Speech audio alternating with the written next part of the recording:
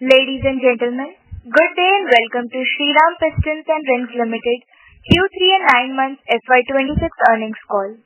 As a reminder, all participant lines will be in the listen-only mode and there will be an opportunity for you to ask questions after the presentation concludes.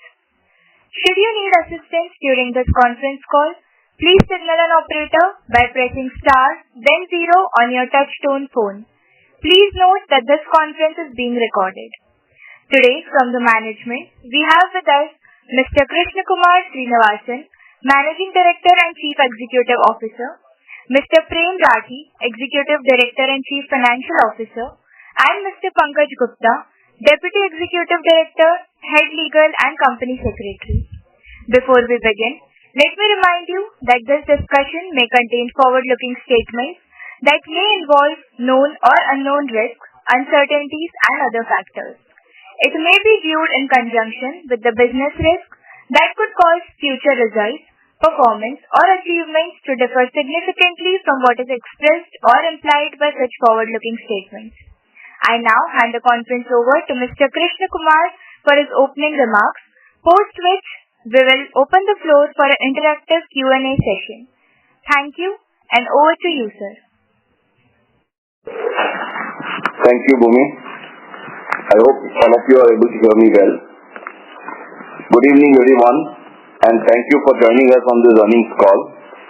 I appreciate the time taken by you all to be with us today, and I am pleased to walk you through our Q3 and 9-month FY26 performance, progress on our strategic initiatives, and the overall direction of the company.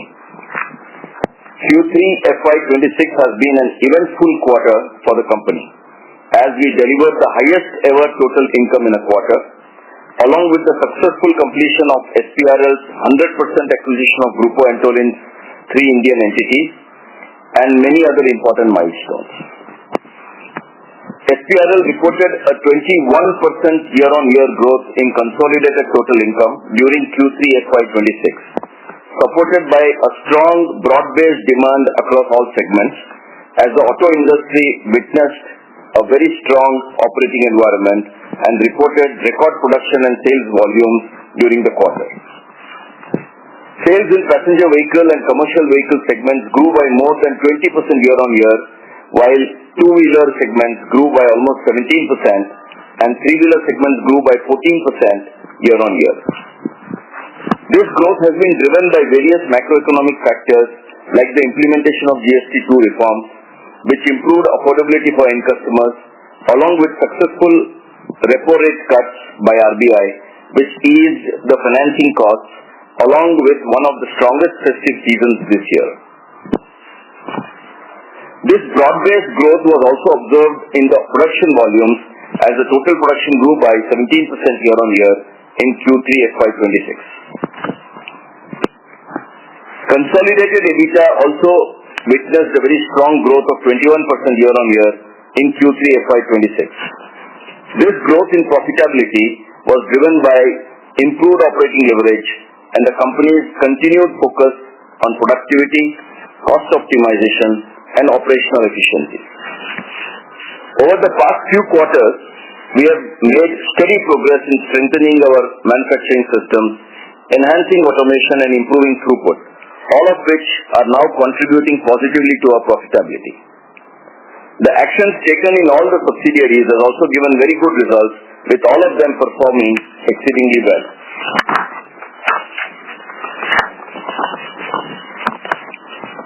The consolidated profit before tax, PBT, before exceptional items, grew by 22% year-on-year.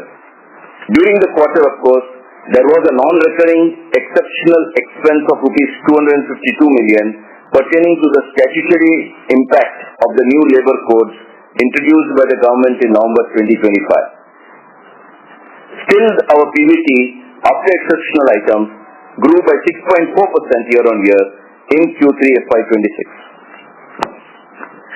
During the 9-month FY26 period also, we reported a robust performance as our consolidated total income grew by 16.8% year-on-year, and despite the one-time exceptional expense, we were able to achieve a strong 10.6% year-on-year growth in the bottom line. A key strategic milestone and an important highlight for the company is the 100% acquisition of the Grupo Antolin's three Indian entities, namely Antolin Lighting India Private Limited, Grupo Antolin India Private Limited, and Grupo Antolin Chakan Private Limited, which are the leading providers of automotive interior and electronic lighting solutions in India. This acquisition marks a significant step in our long-term growth strategy and represents a meaningful diversification beyond the legacy business.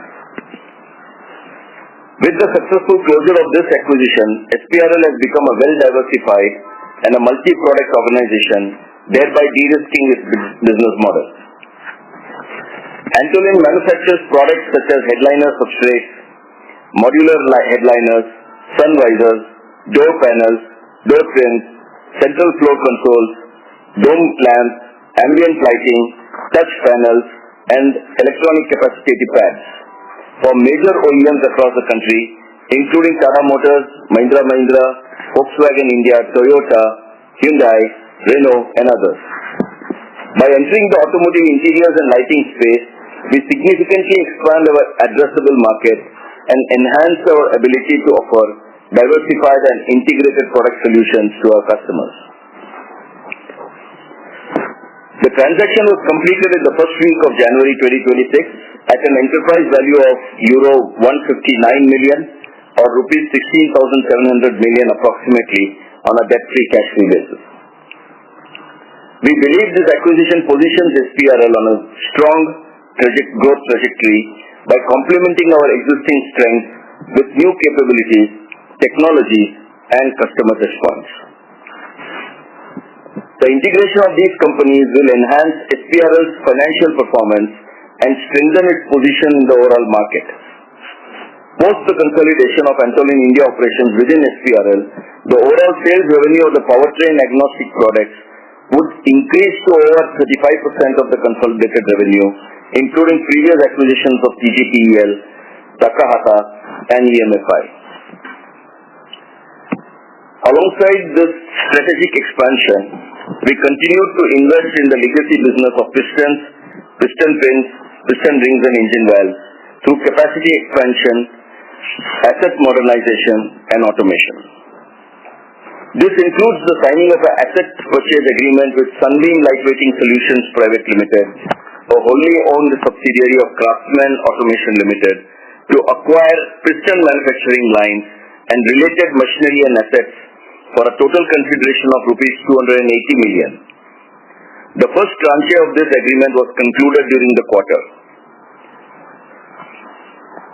To further strengthen our supply chain, we inaugurated our state-of-art assembly center at Borakalan, Gurugram in November 2025. I am also very happy to state that in November 2025, as committed earlier, we have inaugurated the state-of-art world-class facility at Coimbatore for manufacturing of motors and controllers, and the manufacturing has already started from there. These initiatives are focused on improving efficiency, ensuring consistent quality, and strengthening delivery performance to all our customers. Our diversified customer base across geographies and vehicle segments continues to provide resilience and stability to our business model. I would now like to take a moment to highlight a significant milestone for our company. As many of you are aware, I have been discussing our strategy to diversify our business, and I am proud to say that we have been consistently making significant strides in this direction. Being a multi-product organization, it has also become necessary for the name of the organization to represent the multi-product domain that it works in. We believe that we are now at a pivotal inflection point in our journey. As a part of this evolution, we have proposed a change of name of the company from Shriram Pistons and Rings Limited to SPR Auto Technologies Limited, subject to receipt of all necessary approvals from shareholders and government authorities. This change clearly reflects our commitment to enhancing our business activities in the automotive domain and expanding our operations while staying true to our focus for newer technologies. This name change will also ensure that while we diversify into different areas, we will continue to stay focused on our legacy products and also grow our business in the other powertrain agnostic products. I am sure that this move will be a very highly value accretive to all our stakeholders. While the company is consistently growing, it has also followed a policy of rewarding its shareholders throughout the years by the way of dividends. In line with this, the board has approved an interim dividend at 50% of face value, that is rupees 5 per equity share during the meeting held yesterday. Going forward, we expect the overall atmosphere in the auto industry to be very buoyant thanks to the GST reforms and the recently announced trade agreements with Europe and US. The Union Budget 26-27 also strikes a very constructive and forward-looking note for India's automotive manufacturing and electric mobility ecosystem, balancing the near-term demand supports with long-term supply chain reform. The focus on rare earth mining and building infrastructure is going to further strengthen the demands in the auto industry. Looking forward, we will continue to maintain a strategic and growth-oriented approach. We are focused on diversifying our business model and expanding our portfolio and have a clear strategic roadmap to ensure sustained growth momentum for the company. This will be well supported by strong tailwinds in the Indian automotive industry, with macroeconomic factors showing positive outlook for the industry. From a financial standpoint, we of course remain focused on maintaining a strong balance sheet, prudent working capital management, and healthy cash flows. We remain confident in our strategy and execution capabilities and are excited with the opportunities that lay ahead of us. I once again extend my heartfelt appreciation to all our employees for their dedication and commitment, to our customers for their continued trust, and to all our shareholders for their unwavering support. Together, we will continue to build a strong, innovative, and sustainable SPR. Thank you once again for joining us today. We'll now be very happy to take your questions. Thank you once again. Thank you very much. We will now begin the question and answer session. Anyone who wishes to ask a question may press star and 1 on their touch-tone telephone.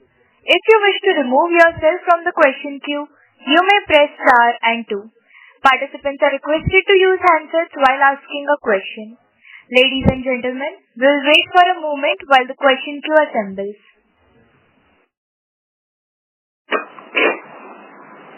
The first question comes from the line of Shriram Pistons from MK Global. Please go ahead. Thank you for the opportunity and congratulations once again for a very strong quarter. Sir, just wanted your thoughts in terms of outlook for fourth quarter and probably next financial year. We have seen sustained demand momentum and wholesale numbers in the automotive industry across categories for January, and even the outlook seems to be quite strong based on the OEM commentary. So just your thoughts in terms of the standalone operations for the core business, and also maybe if you can touch upon the individual subsidiaries. So now they are almost 35% of our overall revenues. How do you see those individual subsidiaries in terms of their growth outlook for, let's say, 2-3 years standpoint? That also would be very helpful. Yeah, thanks, Shriram. First and foremost, as I said in my address just now, that the overall automotive segment is seeing a very good growth last quarter, and we expect this growth momentum to continue this coming quarter also. And this quarter also, all the indications are quite buoyant, and we expect that we should be breaking records month after month. So, and the same issue is there continuing in all the subsidiaries also, because most of the subsidiaries are also all linked to the automotive business, and so obviously they also have excellent outlook for the next quarter. We expect that the precision plastics business, both at Takata as well as with TGPL, should be doing extremely well. We have by the way, also moved our production to the new locations in Coimbatore for our electric motor and controller manufacturing. And I'm very happy to state that we are hitting records almost every month in terms of our output there and increasing our overall sales. And if everything goes well, we expect to continue this in the coming quarter. And in the long term also, we expect it to be really doing well. And also happy to state that post-closure of the Antolin, M&A takeover, we have had our initial meetings and all the figures look extremely positive. And we are seeing that they also are breaking all various records that they have done earlier to be beating the numbers in this quarter. And hopefully this will continue this quarter. And we are also in the long term also seeing many new programs on which they are working with their customers, which is a very, very healthy sign in terms of the overall growth that we see for this business. So overall, I must say that our plastics business will do extremely well. Our interiors business will do well.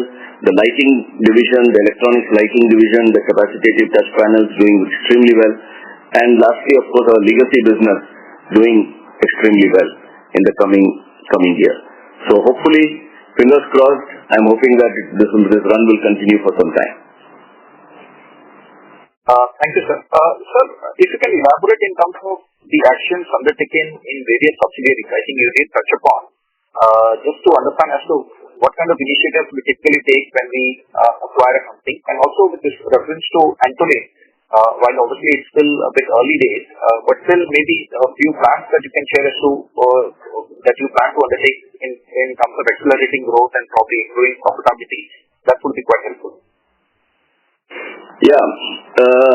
Chirag, frankly, we do a number of initiatives, thanks to the number of M&As that we have done over the last 5 years. We have a set kind of a rule book by means of which we ensure that not only we focus on the core areas, we also bring in a lot of agility in the organization in terms of execution capabilities, and also build on various growth programs that most of these companies are working on. We have continued this style with all our subsidiaries so far, and we plan to continue this also for Antolin. And frankly, all the Antolin group companies, the kind of growth initiatives that they are working on looks extremely exciting. What it needs is speed of execution with all our customers, and that is what we are going to focus on, while focusing, of course, on technological and digitization and other areas that we want to improve with regards to bringing in more focus in terms of improving the output and improving the agility in the organization. Okay. So just last thing, and then I'll come back in the queue. In terms of the current capacity across businesses and any expansion plans or capex plans, probably you can share. Frankly, that was one of the major reasons why we were, looking at the kind of volumes that were growing and looking at all the schedules that we are getting from our customers. We thought that we might be, a little bit stretched on our piston manufacturing, and hence one of the very important initiatives that we took was to, do this asset purchase agreement with Sunbeam, and thereby getting their piston manufacturing lines. And thanks to that, we have now fairly good capacities available, and we can scale up very fast. And all other places, most of the other places we have put in all required capacity expansion, machines to be able to take care of all the requirements of expansion that we see in the coming at least 2 quarters plus more. Okay, thank you so much. That's it from my side. All the best. Thanks, Chirag. Thank you. Our next question comes from the line of Radha from B&K Securities. Please go ahead. Hello, thank you for the opportunity. Sir, the FY25 annual report mentions that the company has taken steps to phase out low margin and non-strategic product lines reallocating resources to high margin value-added product lines. So please help us understand which products are we talking about, what changes have we made, and what kind of delta in margins was achieved through this.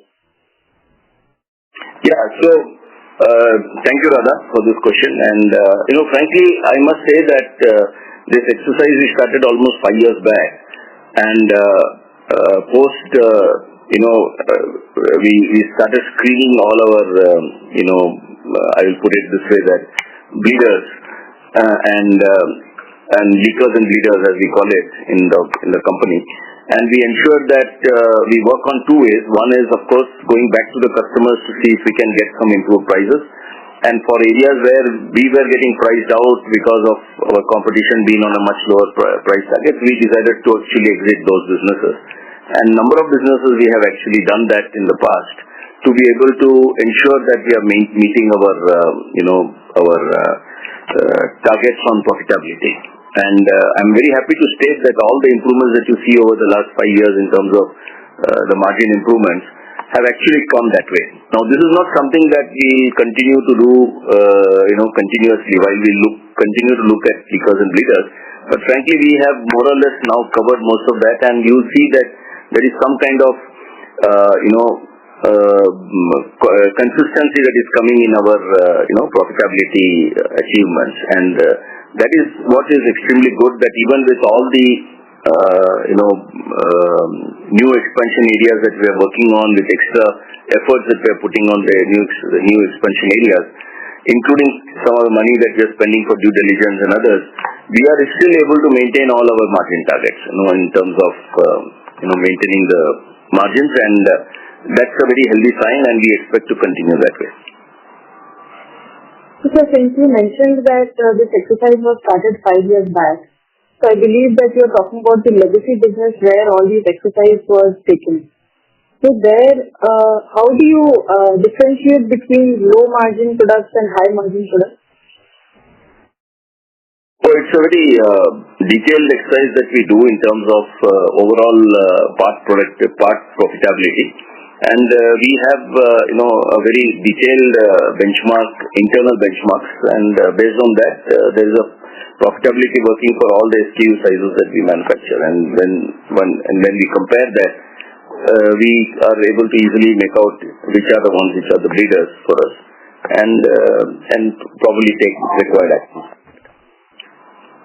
So is it fair to understand that two-wheelers would be considered lower margin as compared to CV for the legacy products, or this is not a correct understanding? No, not at all. It is on a per product, the product line basis. It has got nothing to do with the two-wheeler industry. There are some two-wheeler industry where we probably get some of the best margins. So there is no such distinction coming out of industry segmentation. It is coming purely from a product segmentation. So what happens normally is you have to focus on the product manufacturing strategies and be able to meet the requirements of the. There are also some products, and believe me, in two-wheelers, some of the best technologies we have to give today to the two-wheeler industry in terms of meeting not only the Euro 6 norms but also meeting the required targets in terms of fuel efficiency and others. Like, some of the coatings on the rings, some of the coatings on both the top and the middle ring as well as the bottom ring. So there are multiple technologies which goes into this. So we work on all those technologies. So within the legacy business, in case there is a product mix change towards four-wheelers compared to two-wheelers, that would have no impact on the margins. Frankly, we were thinking that this is what will happen because of the, introduction of EVs and two-wheelers. But frankly, I must say that both the two-wheeler legacy business as well as the four-wheeler legacy business are actually grown in numbers.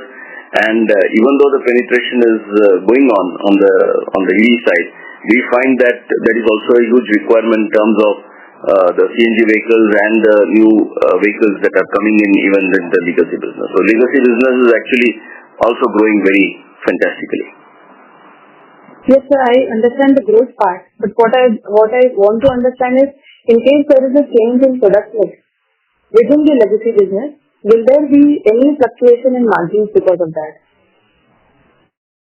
Well, the product margins could vary, but I don't expect any major change to happen at a company level, because we expect that we have brought in a lot of fungibility on our lines, and we are very confident that we can still meet all the demands based on the actions that we have taken in terms of making the two-wheeler, four-wheeler pistons on multiple lines.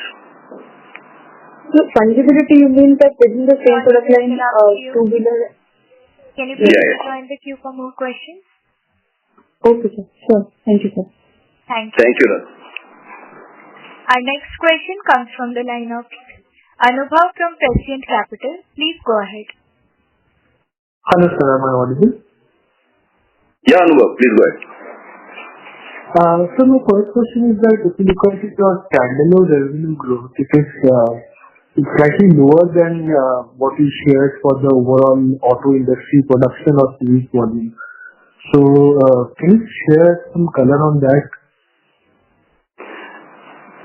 Yeah, basically, see, you must realize this, that on the legacy business, on the standalone numbers, the actual industry started picking up only post mid-October. In fact, I would put it only from November and December, actually. October was more or less remaining almost at the levels of August and September, primarily because there was too much of capacity build-up, or there was too much of volume build-up that was done by the OEMs. As a result, what happened was all the sale points, the volumes were quite high. So the production was still kept at a lower level, thinking that people wanted to really understand what exactly is happening what will happen with regards to the volume, how it will go up. Once it started picking up in November, that is the time when actually the OEMs actually started, and October also had Diwali holidays and all that. So mid-November is what the volumes actually picked up, and December also the volumes were there, but still in December some of the OEMs also take what is called as their annual shutdown to do all various preventive maintenance on the machines. So as a result, what happens is normally November and December, if you see all our previous quarters, November, December are always the lowest production, primarily because of one is Diwali is normally peaking, and then November, December goes down, and then December you have the same. But fortunately for us this time, that has not happened. Actually, quarter on quarter we are seeing a growth, and a healthy growth. And so on the production volume, the volumes have started picking up only in December. So if you take that entire effect for the quarter, we see that the effect is only slightly on the lower side as compared to the other actions being taken by on all the other subsidiaries, where is more of tier 1 supplies. Okay, sir. And sir, for the subsidiaries in the consolidated revenue, did we see any contribution from the Grupo Antolin entity? No. The Grupo Antolin entity, the whole listing was completed only on the 8th of Jan. So nothing from Grupo Antolin is added in these numbers. Okay. And sir, it seems like the combined revenue of the subsidiaries has shown a very strong growth, double year on year. So for each of these two businesses, like the electric motors and controllers, and for the precision plastic molded parts, can you share some color on what's driving such strong growth, like whether it is new client addition or increasing wallet share? That will be very helpful. Yeah, for our plastics business, we have had number one, increase in volumes coming out of the increased volumes coming from OEMs. Number two, we have been able to win some new businesses in both Takata and TGPL, which has really helped us to increase the sales. Number three, the overall tier 1 requirements have actually gone up because of the requirements from the customers. So that has really helped us to increase the volumes in both these companies. In electric motors and controllers, we have won new businesses. We have increased volumes with our existing customers, and we have done massive improvements in terms of the number of motors that we are manufacturing. Moving on to the new plant has really helped us to scale up our output, and we achieved some of the best outputs both in November and December. So it has been a good story in electric motors and controllers also. So all these three companies put together really helped us on the subsidiary side. Yes, that. And so for electric motors and controllers, are we like catering to all like EV segments like two-wheeler, three-wheeler and cars? Yeah, we make motors right from 1.5 kilowatts right up to 250 kilowatts. We are also now venturing to another 300 kilowatt platform that we have recently won. So there are number of programs on which we are working. So we make all kinds of motors. We make hub motors as well as mid-drive motors. We have both the motor lines. We have multiple motor lines now in the new plant, and we have multiple lines for making the controllers, including we make controllers. Fair amount of localization has happened in the controller side also, thereby helping us to maintain our margins as well as bring in the localization level that is required for getting the PME ICAT approval. Good. And then last question my side is like, can you share some color on how exports have done for us in this quarter as well as for the 9 months? Exports also have done quite well, even with a very tough and a very difficult geopolitical situation that was existing till around a week back. I think the overall up to December it was a very, very tough kind of a market situation. But our teams have done well to get newer markets, work on newer programs, work on newer areas, thereby helping us to actually improve our sales. And frankly, we have actually increased our sales as compared to last year.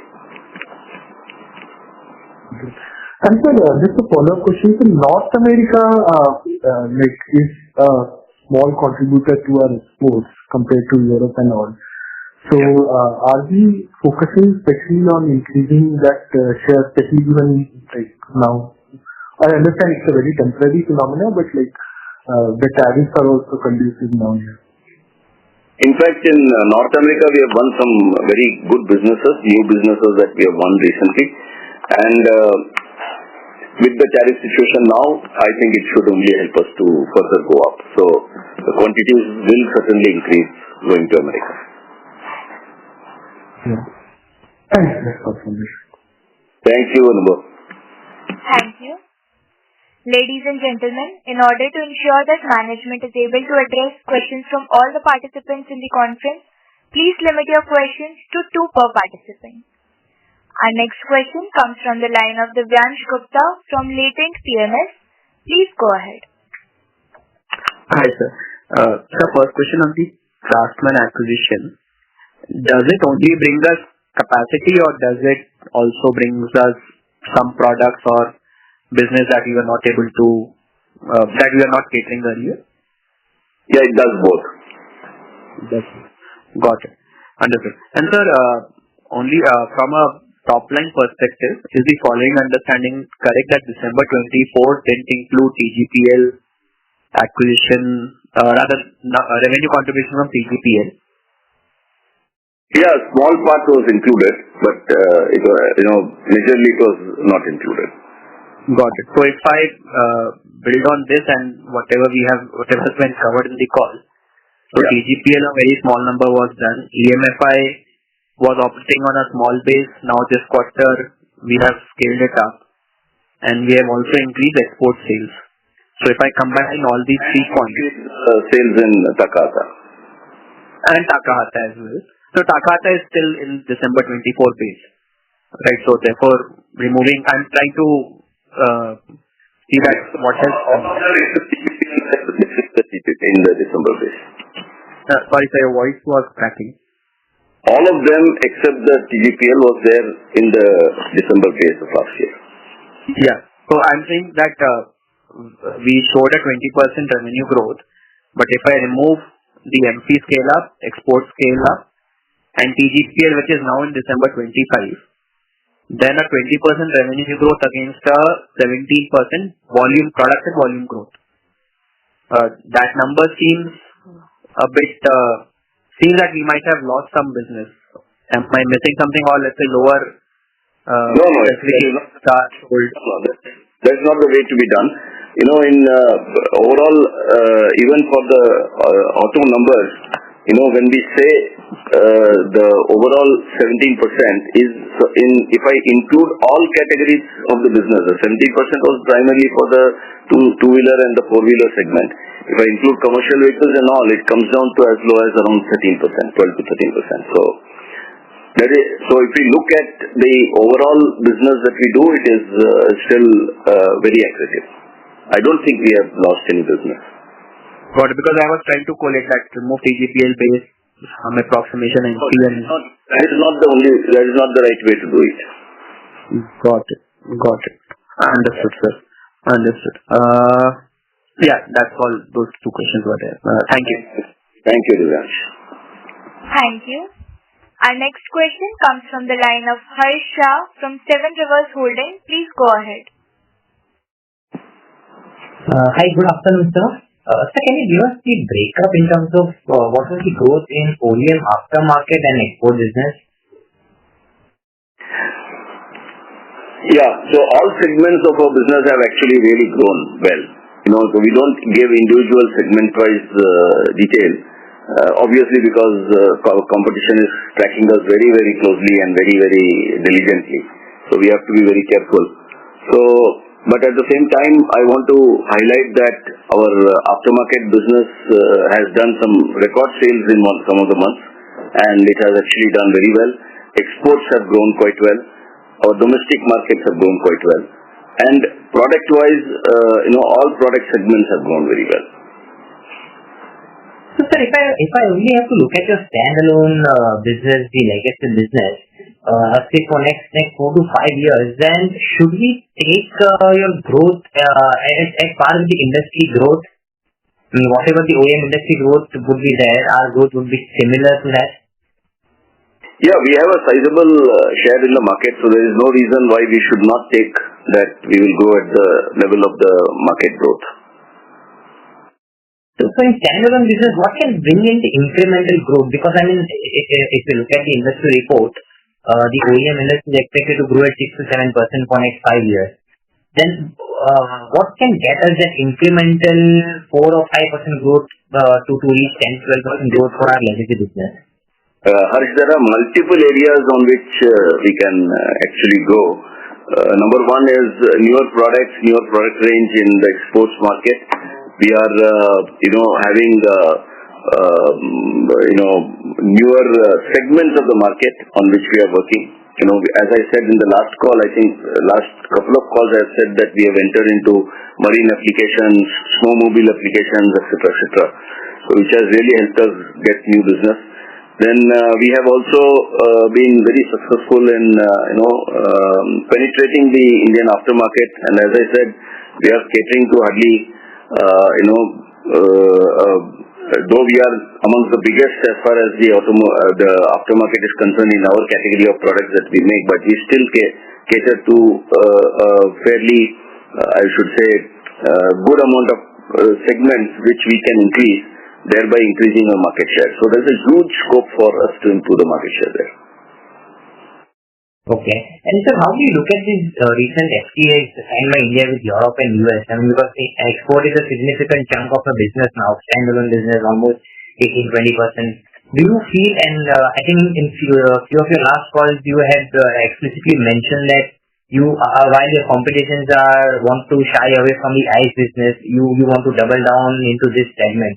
So with this FTA signed now, or almost verge of being signed, and there has been conducive for us, do you look at export as a key driver for your growth? Well, I didn't last time say that I will double down on this legacy business, but I did say I will be the last man standing. So Yeah. I want to continue that, and I have in fact, I am happy to state that, with all the new businesses that we are winning, we are actually looking at, and you can see that we are investing into our legacy business also. So as a result, our investments into both our legacy business as well as the new business plus the new takeover will continue so that we can grow the franchise. Now, coming to the effect of the free trade agreement between India and Europe, I think there are a lot of possibilities where where we can actually support the requirements in Europe, and this really positions us quite well with some of the Chinese manufacturers who are exporting into Europe, and thereby helping us to actually win some of the businesses there. And overall, looking at the geopolitical situation, India is certainly preferred. Okay. And so just one last bookkeeping question. Just one last question on the 1,000 crore NCD raise. If you can clarify on that, and what would be the tenure of these NCDs? When would we plan to repay it? The tenure is for 2 years, and we plan to take it in 2 tranches, and we plan to pay off as soon as possible. Got it. Thank you so much. Yeah. Thank you. Our next question comes from the line of Viraj from SIMPL. Please go ahead. Yeah, hi, am I audible? Yeah, Viraj, I can hear you. Yeah, hi, thanks for the opportunity. Just a couple of questions. First is, sir, just wanted to understand on the standalone piece a little bit better. You said the aftermarket we are seeing the record sales. Export also seeing a healthy growth. So, if I deduct that 12%, if I take a quantitatively, then somewhere the growth in the standalone seems to have lagged compared to the production value we've seen across segments, in the industry. So, just trying to understand, is there been any loss of share or, any color you can give? No, as I said, I think I answered this question. Number one, let me re-emphasize and state it very clearly, we lost not a single share, not even 1% share, okay, to any of our competitors. Number two, we have in fact grown our market share in almost all segments of the business. Number three is, the production volumes as compared to the sales volumes are lower. The sales volumes were higher because the stock positions were extremely high as of beginning of October for the finished vehicles, both in the two-wheeler as well as in the four-wheeler industry. As a result, the OEMs have not produced at the manner at which they would have produced if the stocks were not there. Number four is, as far as we are concerned, all segments of our business, whether it is OEM, whether it is aftermarket, whether it is exports, everything has grown as compared to the previous quarter. Okay, because I was referring to the production numbers only for the industry, which is from CM. So, and when I compare to that, there seems to be a material, yeah. But also keep in mind one thing that even within the segmentation of the OEM business, while the numbers will look on the higher side, you must also keep in mind that it is actually the small cars which are doing well. And the small cars, the value is certainly going to be lower than the mix that we had earlier for the big cars. So, actually the GST advantage is seen more on the small cars, and most of the OEMs have actually shifted to making more of small cars and selling it. And as a result, the numbers are looking distinct. But overall, if you see the value of the product that goes into the small car is also lower as compared to the value that goes in the big car. Okay. Can you give growth trends which you have seen either for the quarter or 9 months in each of the segment in standalone? No, we don't give. Whatever you're comfortable. Okay. No. Okay. Second question. Sorry. Overall, you have to see that even with the change in the product mix, we have been able to maintain our margins. Right. Which is what I was coming to. Second question was on the gross margin in the standalone business. We've seen a trend. I think in this quarter you've seen it moderating from 61% last year to around 58%. So I think in last quarter we alluded that the aftermarket and the export piece was weak, and hence the margins moderated. Year-on-year basis. So. Even this quarter, we have seen something similar despite the aftermarket and export, recovering and growing at a good rate. No, it is, we have more or less maintained the, overall mix, as I stated. And, if you really see some of the businesses in aftermarket as well as in exports are have actually grown. So it is primarily the effect of the gross margin that you see is primarily because of the mix, which I stated earlier. Okay. Just last two questions. You, sir. Please rejoin the queue. Yeah, ma'am, just two more. Yeah, just one. Participants waiting in the queue. Please rejoin. Okay. Our next question comes from the line of Raman KV from Sequent Investments. Please go ahead. Hello, sir. Can you hear me? Hi, Raman. Yeah. Yeah. So my first question is on the piston side. Pistons, including piston rings and piston pins. Can you give us a ballpark figure of what percentage of the total sale is pistons? One is that, and the follow-up on that is post-acquisition of Craftsman's piston business. How much on a percentage-wise is your piston capacity increased? First and foremost, we normally do not give these percentages, and but what is important to state here is that we have now sufficient capacities to meet the increased demand. Understood. And on the second question on the Grupo Antonia business, what was the integration cost with respect to this, and how much of that has been taken in during this quarter? No, so we don't give sub-elements of our cost parametrics anywhere. And but whatever was there has been considered, and we have already cleared it. So the overall integration has already happened, and we have already taken over management control, and we have started working in our style the way we normally do with all the other takeovers that we have done so far.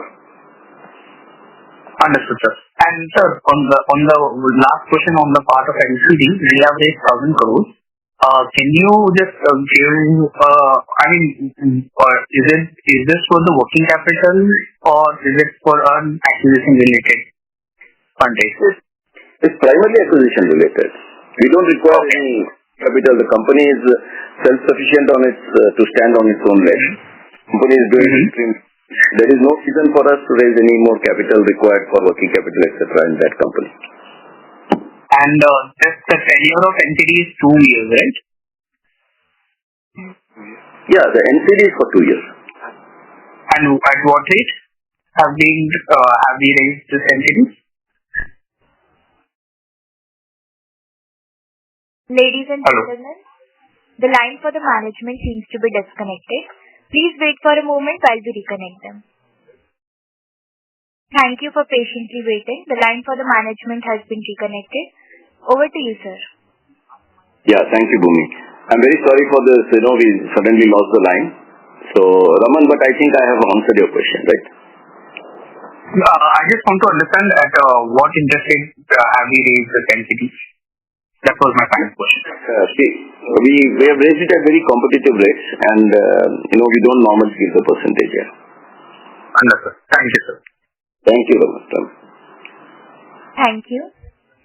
The next question comes from the line of Mehul Panjwani from 40 Cents. Please go ahead.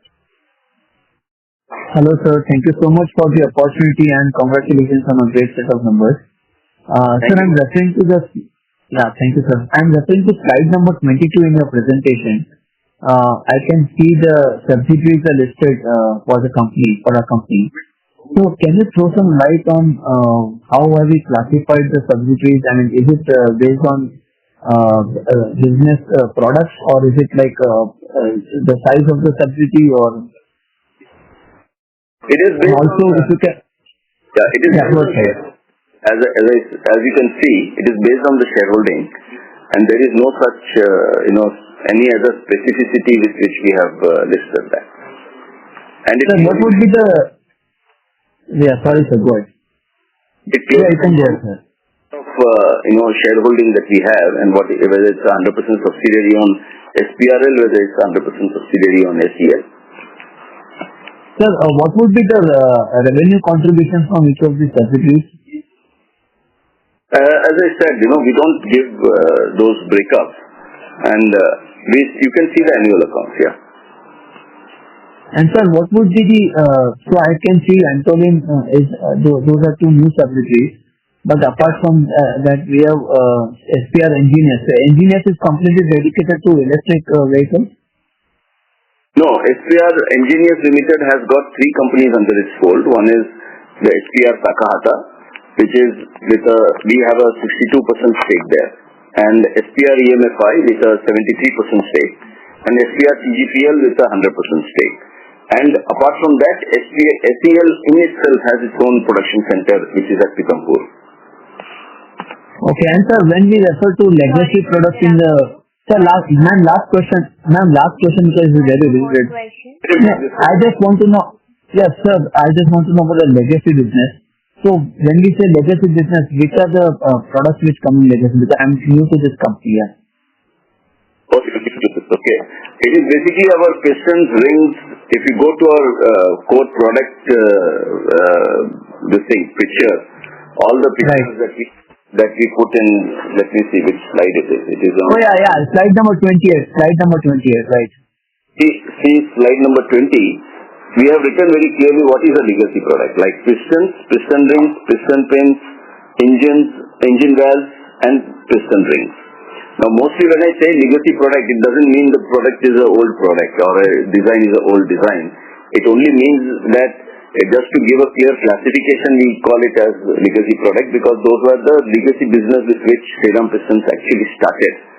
Now, frankly, we are producing some of the technologies that we have on these products are unbelievable technologies, which are the most recent ones like the thin-walled pistons with very special coating. We do multiple coating on our pins also. We do multiple coatings on our on the rings to enable that we get the least friction in the vehicle and thereby giving the best performance for our customers, both for needs of the Euro 6 requirements as well as also for the needs of improving fuel efficiency.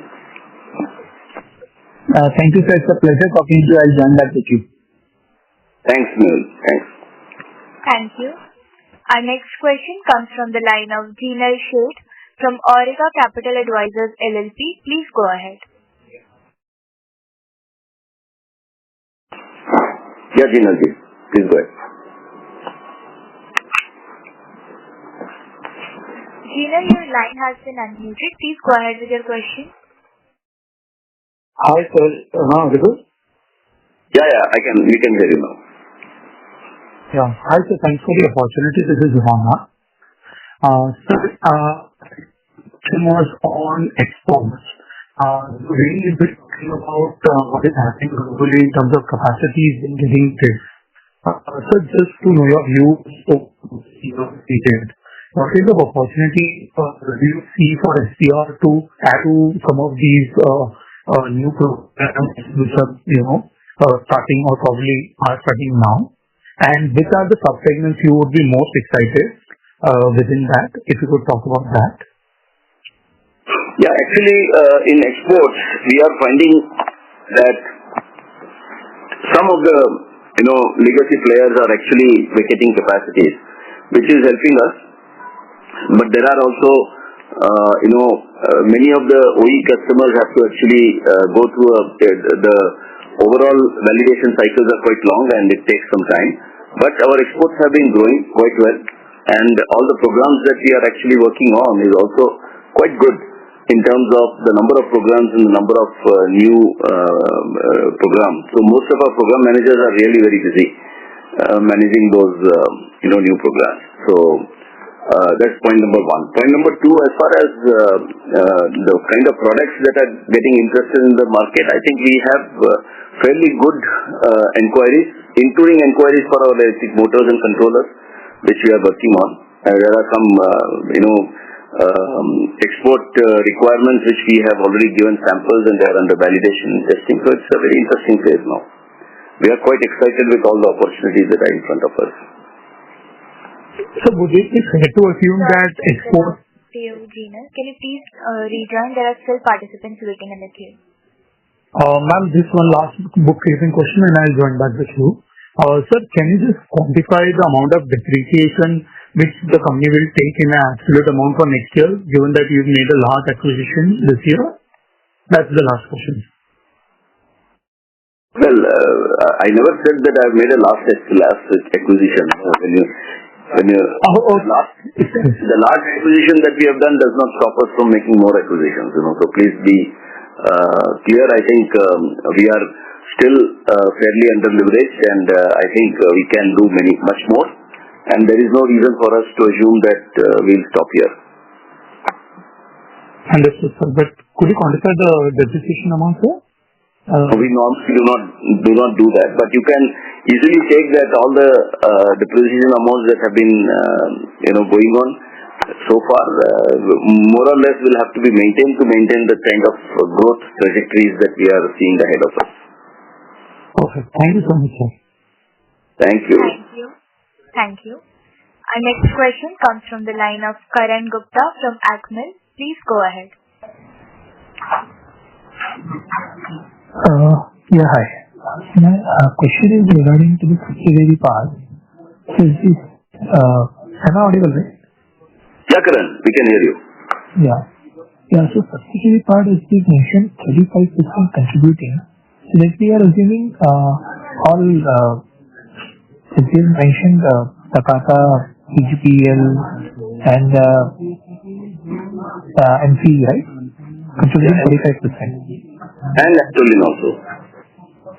Actolin also. So can you share some bit on growth part that these 35% of these over the next 1 or 2 years, any growth guidance on that?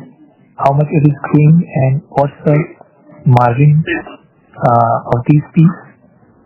Yeah, Karan. 20 to 25 range. No, Karan, you can easily see that all our segments are in the automotive domain. Okay, so every will be more or less growing with regards to the kind of automotive market that we see. And the automotive market growth is now clearly seen by most of the people. There are also good forecasts available through IHS and others, which you can check those numbers. And what is important is, apart from that, we are also working on a number of areas to actually penetrate sales deeper into the aftermarket as well as increase our sales in the exports, which will continue. So that's going to be more accretive to the kind of growth targets that we have. Most of the time, which we have seen earlier, we have actually outgrown the segment. Okay, so the margin expansion we have seen is largely as of now because of aftermarket and export side. No. Going forward, this subsidy will contribute. No. I think this assumption is completely not correct. And the margin expansion is there across all our segments of business. I'm saying except as I see. Sorry to interrupt you, Mr. Gupta. No. These have actually grown in all segments of the business.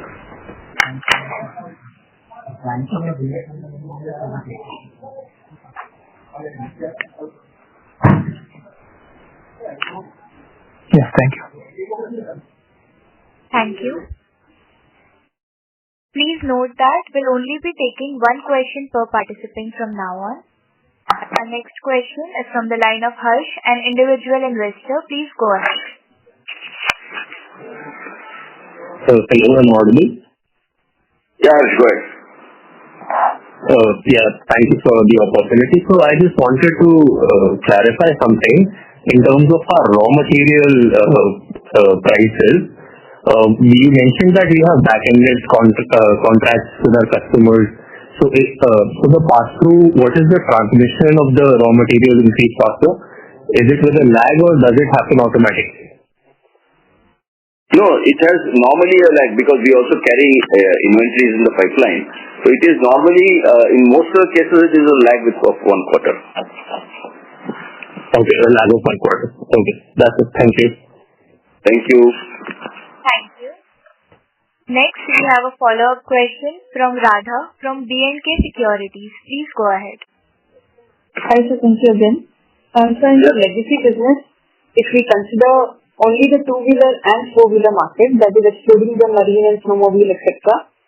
If your current base of market share is X percentage, then how much can this be increased in your opinion in the next few years from India? Yeah, but in our legacy business, we have two-wheelers, we have four-wheelers, we have CV business, we have industrial engines, that is all the industrial gensets, then we have snowmobiles, we have marine engines, we have railway engines. All of them. And what happens is, some segment of the business, if it goes down, the other segment is going up. So, we have seen over the last 5 years, even when the business was not, the market was growing at around 3, 4, 5%, we were actually growing at around 10%.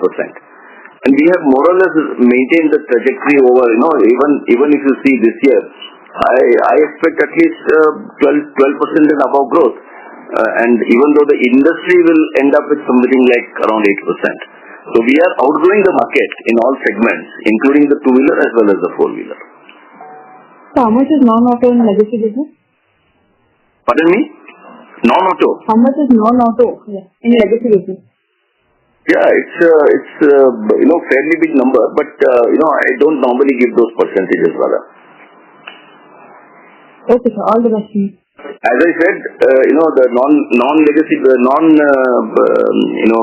auto business consists of all the engines that I said just now. The marine engines, then we are supplying to, railway engines, we are supplying to gensets.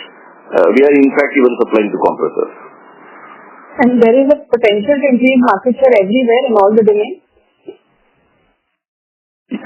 Yeah, why not? Because in all segments of the business, we are only looking at not only the Indian business but also the international business. And with people vacating capacities, we do find that there is a good possibility for us to keep increasing the business.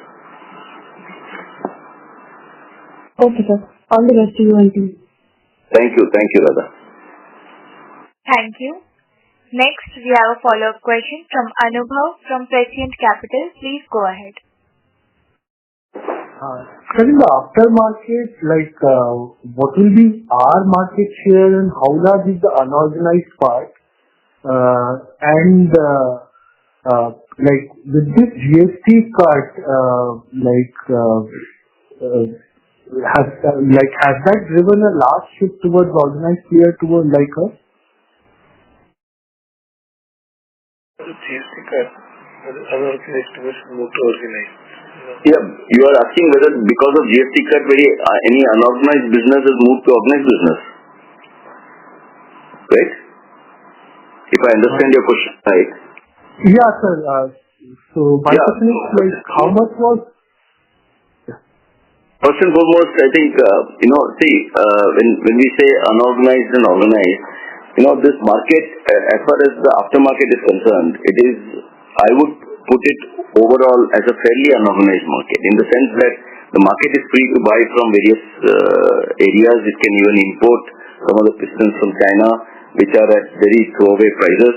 But people over a period of time have tried all this and have tested and seen that the quality and other things, parameters don't work that way. And they come back to either the original manufacturers or those who supply to OEMs, or to some of the known names that are existing in the industry. So we have found that many of the people have already come back, mainly because of the quality and the requirements on the product. Because piston is not a product which is very easy to just make and sell in the market, even in the aftermarket, because it has a huge amount of design parametrics as well as coating parametrics. So if you have to really meet, and what actually happens is, when in the aftermarket, when you have to actually rebore the engine, you have to also have different sizes of the piston. We call it as oversize, undersize and all that. So all those segments will have to be catered to. It's not very easy. And so both in terms of manufacturing and supplying, and at the same time also in terms of fitment. So you require specialized players who work on this to do that. Yes, right. So, and sir, what the GST, what I understand is that the GST rate would have been cut from 28% to 18% in the aftermath. Yeah. So is that like a big driver for us to gain market share in aftermarket? Well, see, as you know, it is not happening to one particular producer, right? It's happening all across. So what normally happens is, the industry carries some inventory, and there is always the issue of the inventory getting liquidated and then the new product coming in. All the new products that are coming in are at the lower GST rate, which thereby helps to give the price advantage to the end customer. So there has been a good amount of time lag post the GST introduction, after which the aftermarket has started picking up. If you remember in our previous quarter call, we had stated that our aftermarket, to some extent was affected because of the stocks that were lying, and people wanted to actually get rid of those stocks, which were at sold at higher GST rates. So those kind of issues we always have in business, and we have to see how we overcome that and start ensuring that we are still able to grow. And that's what we have done as a team. And I think overall, quarter on quarter, with all those troubles, we have been able to grow the business. So, sir, when you say unorganized, please join if you have more questions. Thank you. Our next question is from the line of Viraj from SIMPL. Please go ahead. Yeah, hi. Thanks for the opportunity again. Just two questions. Can you give some color in terms of customer concentration and segment concentration for each of the subsidiaries? Any color on an annual basis? Yeah. So frankly, Viraj, actually our customer concentration has come down drastically because of all the mix that we have in the product segmentation that we have now. We are fairly well represented in almost all the OEMs. Name any OEM and we are there. Name any customer, we are there in some form or the other. So I think we are present with all of them, and we have a fairly good relationship with every one of them. Yeah, so my question was specific for the subsidiaries. So say top 5, top 10 customers or the largest customer, if you can just briefly talk for each of the subsidiaries. If you really see our investor presentation, there is a clear thing given in terms of all the customers that we have for each of the subsidiaries. If you see that, we have given all the names of all the suppliers, of all the customers. No, I understand, sir. Now, I was just trying to understand, you have a single customer who's more than 10% or 20% of the sales in each of the subsidiaries, or is the concentration, or is it more diversified? Any color you can give on the subsidiaries, sir? No, which I said, there is no concentration of any one customer in any of our businesses. Okay. Second question was on the EV subsidiary. Any color you can give in terms of the order book and the pipeline. So which segments you are seeing the highest traction in terms of order book and scale up? With the amount of validations that are going on with all the customers, order book will be very huge here. So let us go step by step here. We are growing very well.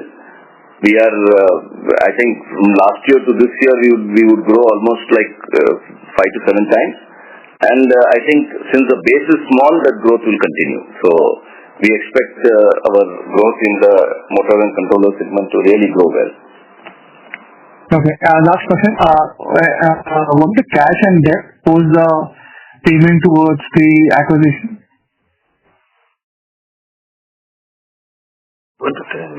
Yeah, total we have paid 159 million. I have, I think, stated that in the... Yeah, I'm just trying to understand what is the cash and the debt level now post the acquisition? Just go to our figure of what cash we had in the previous P&L to what debt we have taken now. It gives a very clear picture of what is the cash and debt we have taken. Okay, thank you. Thank you. Thank you. Next question comes from the line of Divyansh Gupta from Latent PMS. Please go ahead. Hi, sir. Just one question. What would be the maintenance capex for us either last year or let's say going forward? How should we understand maintenance capex? No, maintenance capex, normally what happens is we don't give any percentages, but as I said, it is well within limits.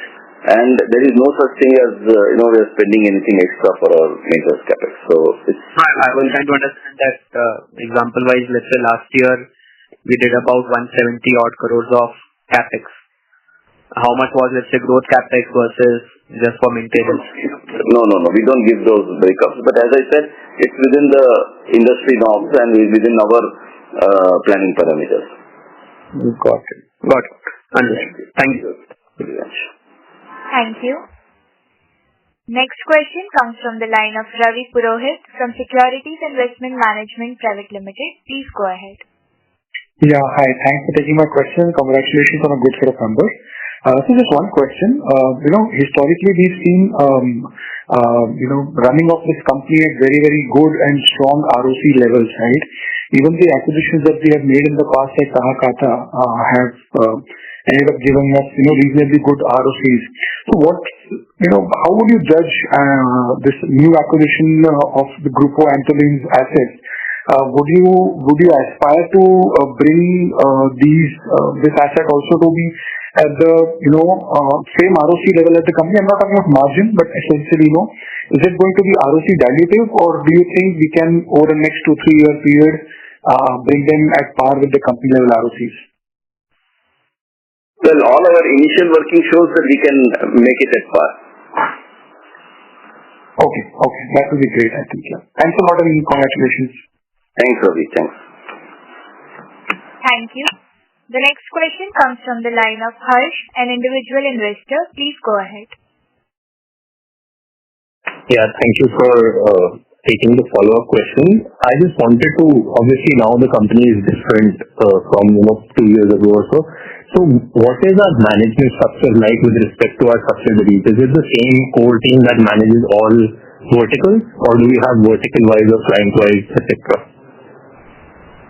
Yeah, so the structure that we have followed, and we find that is really working very well for us, is to ensure that the existing management structures in the subsidiaries are able to work along with a core group of the central management team, which is able to give all the support that it requires in terms of all the growth requirements and everything, thereby ensuring that we are able to, be very agile and be able to make quick decisions in terms of all the requirements. Okay, fair enough. Thank you. Yeah. Thank you. We take that as the last question for today. I would now like to hand the conference over to Mr. Krishna Kumar for closing comments. Yeah, thank you. I think really a good set of questions. The kind of questions really shows the kind of interest you have in our company, and I would like to assure you that we'll do everything to grow the organization, the franchise. I would once again like to thank everyone who joined today's earnings call. Your active participation has greatly enriched our discussion today. Our focus remains on achieving our strategic goals, and we are committed to driving the sustained positive results that we are seeing. If you have any further queries or any additional information that you need, please do contact us on our investor relations call, as well as our investor relations partners at Ernst & Young. On behalf of the company, we deeply appreciate your time and engagement. Do take care and goodbye. Thank you. On behalf of Shriram Pistons and Rings Limited, that concludes this conference. Thank you for joining us, and you may now disconnect your lines.